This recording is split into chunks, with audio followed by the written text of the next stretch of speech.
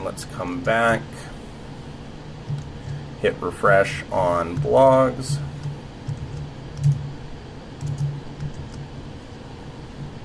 And there we go. Okay, so now let me click on one of these, and that's perfect. Okay, so what it's doing, and you can see that nothing's actually happening.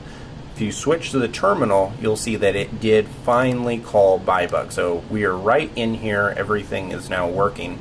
And what we can do is, like I mentioned, we can ask questions of the system. That's what BuyBug allows us to do. So right here, I can check and I can say, what are your params? So if I type params in, then it shows me that the params are the controller, the action, and then the ID. So this is everything we need, which is so cool, because what this means, and sorry if you think I'm getting too excited about this, but it's just because I absolutely love the way Rails works with this, and it's that we're able to ask questions about the system, and this can lead our development. So right here we have BuyBug that allows us to say, okay, when you're in this method, so from a data flow perspective, when you have clicked draft, what variables, what data is available to this method? Because that's going to tell you exactly what we can use. So right here,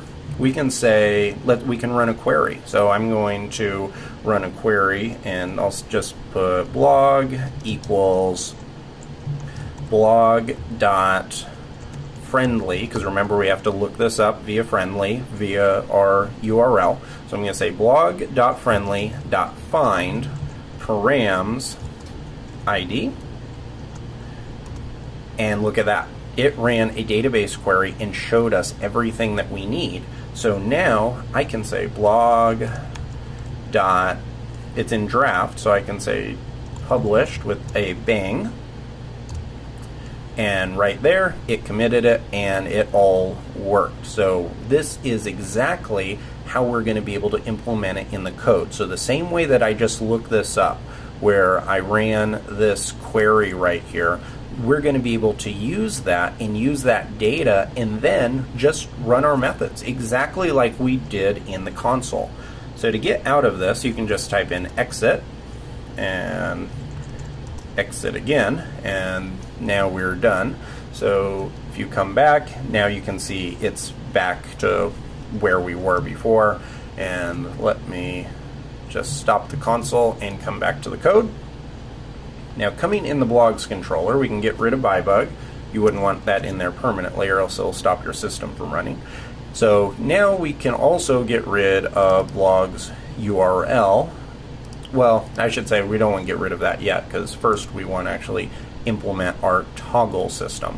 So with the toggle, if you remember what I did at the very beginning of this guide, where I went to see exactly what the values were and how I could change them, that's what we're going to be able to do right here.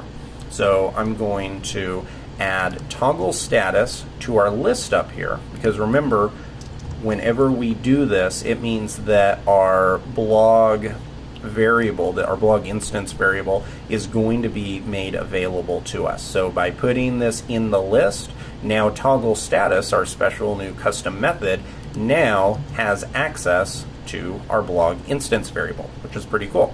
So here I am going to say blog dot published with a bang if blog dot draft, and we can do reverse it here.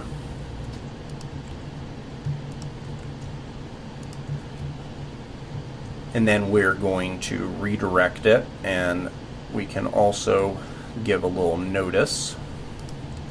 So we'll say post status has been updated. Okay, so I'm going to first see if this works before I go and explain it, because if I explain it and it doesn't work, then I would have just looked pretty dumb, because I was explaining something that still needed to be fixed. So let's test this out first. We're going to get rid of toggle status and go to blogs. Oh, I do not have the server going. That would be important.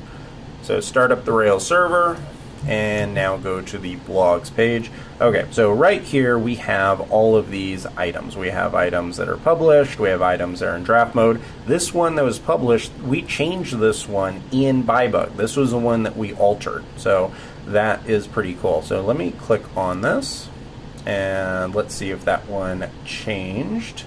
Let's see, it says post status has been updated, which is interesting. Okay, hold on one second. It looks like we have a little bit of a bug, and that's because, let's see, what post status has been updated. Let's test out another one. We know that this one is for blog post dash ID, or dash 2.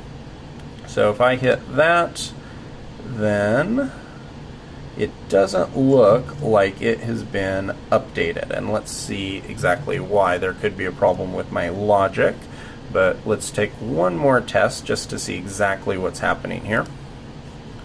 Yes, and that is still in draft mode. So the very first thing that I would do here is I would come into the terminal and see, okay, what exactly is causing this not to work? What is happening on the process side?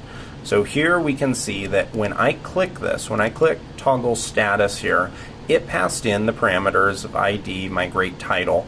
Then it came here, and it appears that it tried to update it. So it changed the status from 1, but it didn't actually do it. So that means that it didn't work. Oh, and you know what? I was trying to be I was trying to have some nice looking syntax, but I made a stupid mistake right here. What this is doing is it's actually canceling each other out.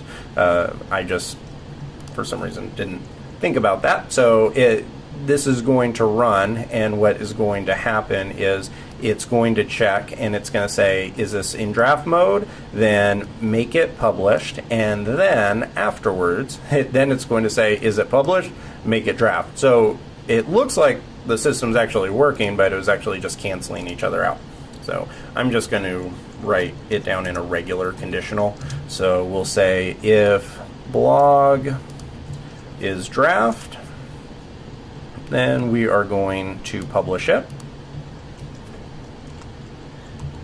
Else if blog is published,